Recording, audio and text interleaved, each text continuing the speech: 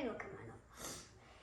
شفت المسلسل الجديد بس نزلوه عن اللي ما يصلي ما يدخل الجنة. ايوه يجي عذاب.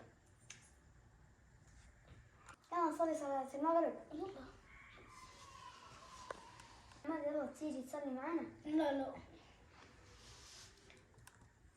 يلا امشي خلينا. أحمد يلا نصلي ترى تجيك بلاوي وتكره حياتك. يجينا كلام. يلا. ما أبغى. يلا تعال. ما أبغى. يلا الله أكبر الله أكبر. أشهد أن لا إله إلا الله وأشهد أن محمدا رسول الله. الله أكبر. الله أكبر. السلام عليكم ورحمة الله.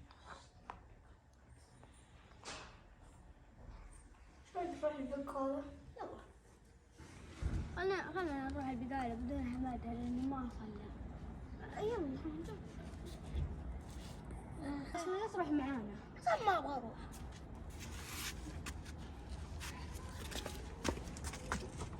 والله هو يستاهل. احنا نصل نروح معاهم. اي والله صادق.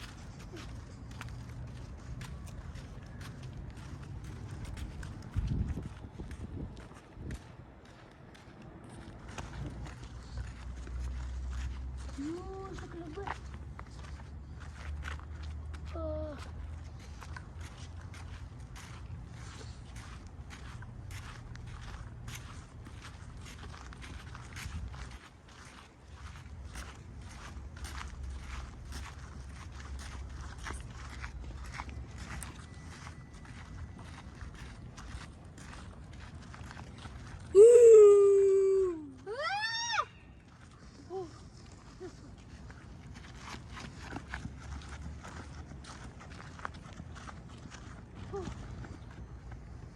شكله بس.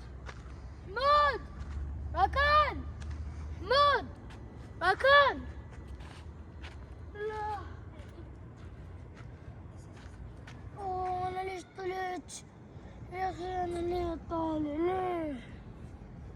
والله انه اللي اشتريناه كثير جالكسي ذا. حمودة شو نمشي.